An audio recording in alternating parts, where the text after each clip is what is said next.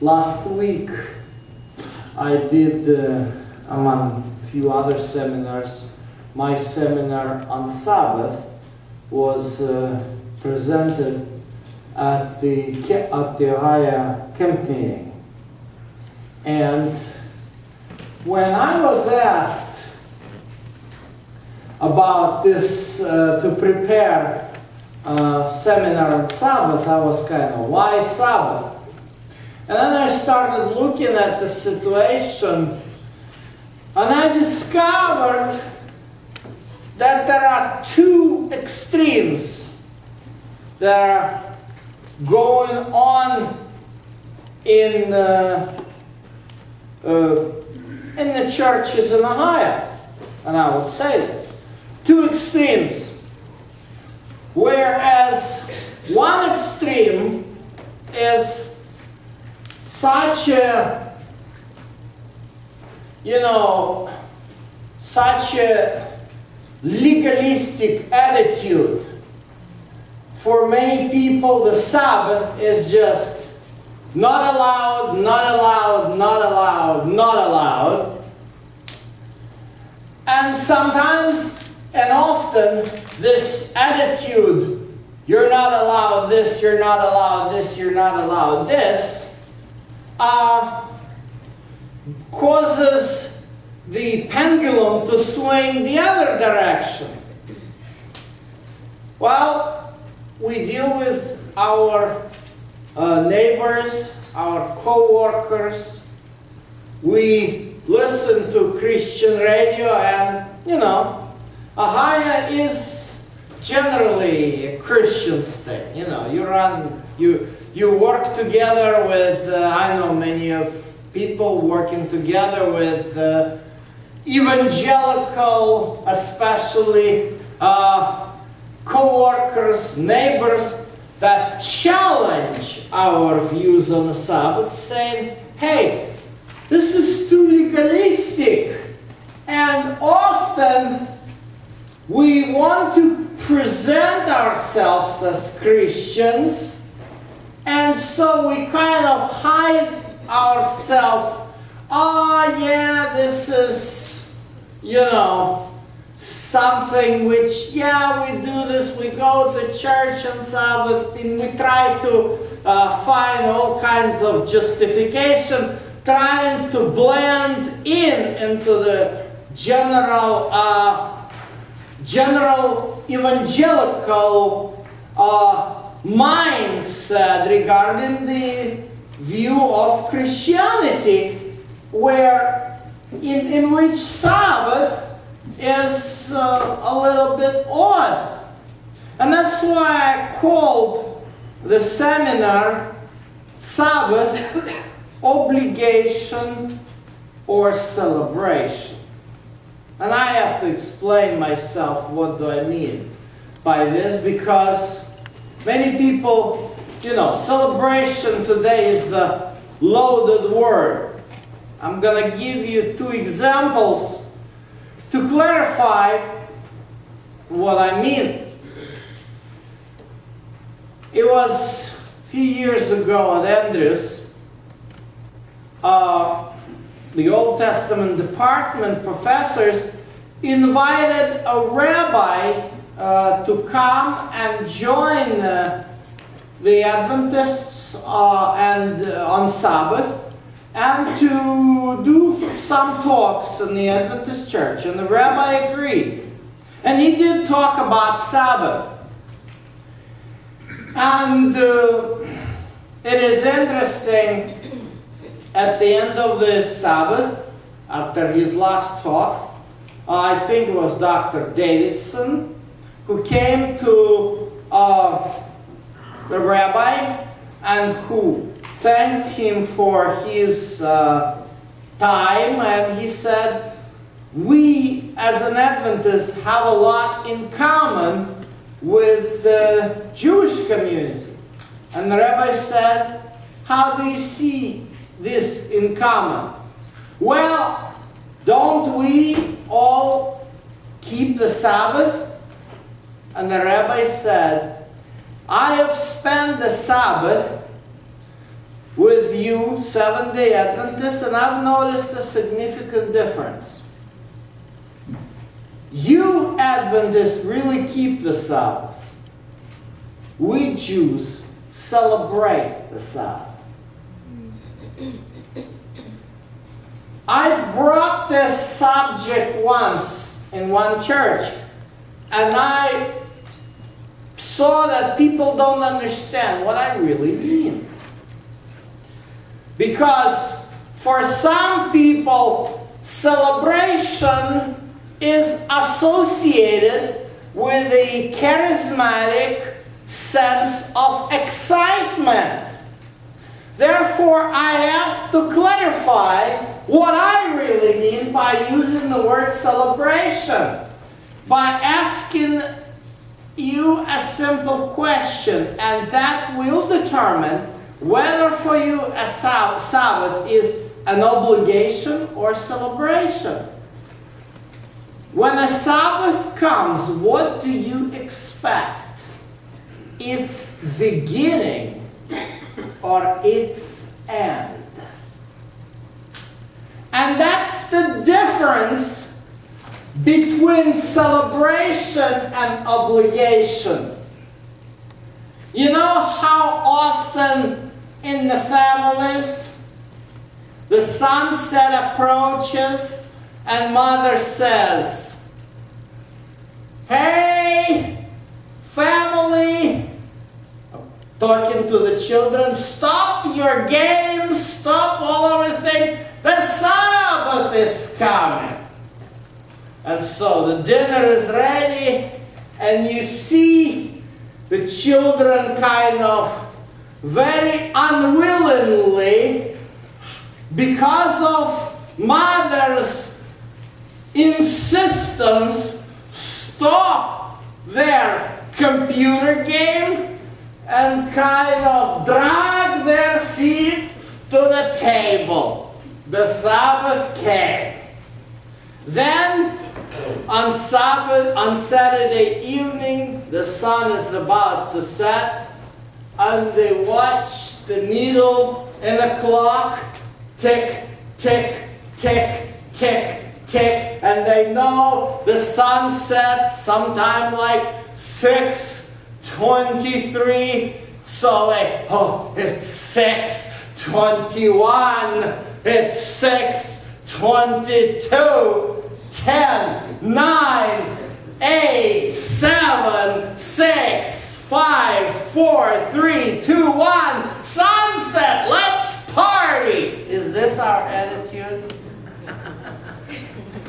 Is this the Sabbath for us, some kind of a burden which God placed for us, which unless we carry this burden on our shoulders, we're not going to get saved? And this is often the mentality. Do you recognize this? That's when we talk about the obligation. Or we can talk about the celebration. And you know, often we as a Seventh-day Adventists, trying to blend into a Christian community, talking about a special Christian Sabbath, say in our justification, we are not as legalistic as the Jews who have all kinds of stuff on Sabbath. But I'll tell you what the Jewish community does on Sabbath. And I specifically showed you a few things, you know. If you go Google images and you type Sabbath, this is what you're going to get. You see, for Jewish people, the world, the time turns around Sabbath. I would compare a Sabbath for Jewish people to Christmas for Christians. You know how starting from Thanksgiving, people are making plans for Christmas. People are making and people will ask each other, what are you going to do on Christmas? And they start wishing each other Merry Christmas long in advance. And after December 26th, maybe to the middle of January, you will have this, oh, have you had a good Christmas? What have you done on Christmas? You see, in Jewish community, this is the Sabbath. If you live in a Jewish area and you walk into a Jewish store, a man will say to you on Wednesday evening, have a blessed Sabbath. Why?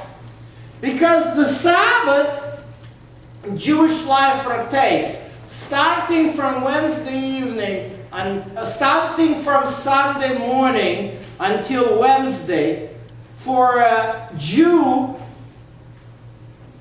he lives in the shadow of a Sabbath that passed. And starting from Wednesday evening, he lives in the anticipation of Sabbath to come. Isn't Sabbath for us, Seventh-day Adventists, greater than Christmas, which is never mentioned in the Bible? If this is so, aren't we supposed to treat it as the biggest holiday and anticipate it and celebrate it? I'll tell you, for those who see these symbols for the first time, I'll explain what these symbols are. The two candles. The two candles, they represent a very an ancient lifestyle. You see, back in the old days, 1st century, the time of Jesus, people were not rich. How do you light your house? With what did you light your house in the time of Jesus? Lamp. Of course, there was no wax. So what do you use? Oil. How cheap is oil? I'll tell you. The gallon of olive oil you can buy for $25 at Costco. $25 is a little over 3 hours on the minimum wage. Right? The same amount of oil in those days was worth 3 monthly wages.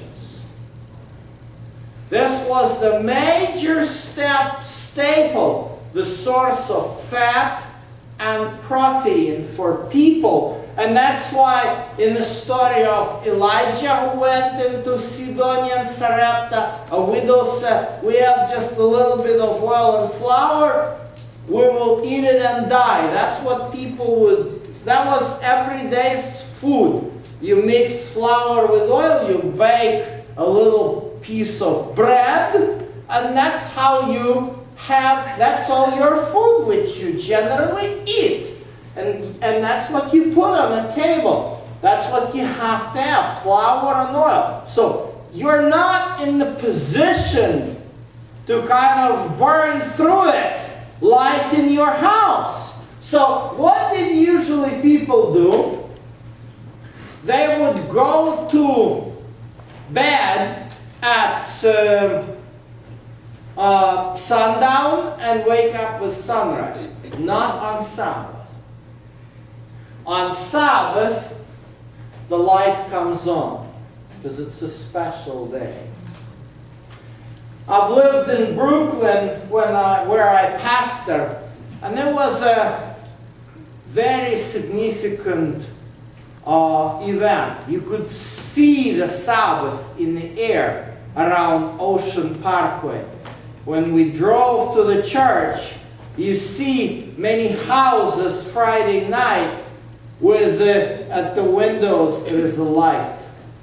You see how many people considered this day as a special the special braided bread, challah, it can represent two things.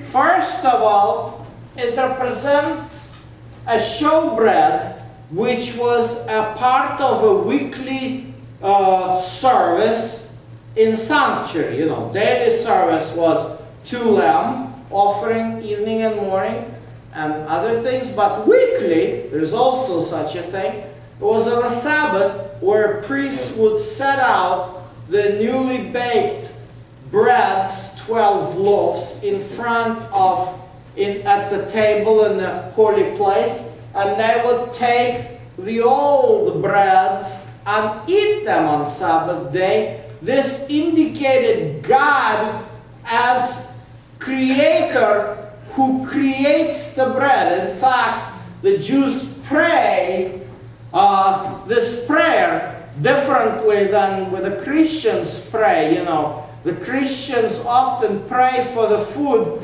with a prayer invented by Constantine, famous Roman emperor, who was afraid to be poisoned, and that's why always said, Lord, bless this food, so that it would not, that the poison would be neutralized. Jews do not ask Lord to bless food, they bless God who creates food. And they say, blessed art thou, Lord our God, King of the universe, who brings forth the bread from the ground. And of course, the wine, or fruit of the vine, that's the source of sweetness. At those days, there was no high fructose corn syrup available, no Coca-Cola, cake, chocolate, and other harmful things. So to sweeten your life, you have to pick up some grapes. And that's what was the major sweetener. So on Sabbath, you've got to have a sweet Sabbath. That's why you have a fruit of the vine. And this is how Sabbath becomes a celebration.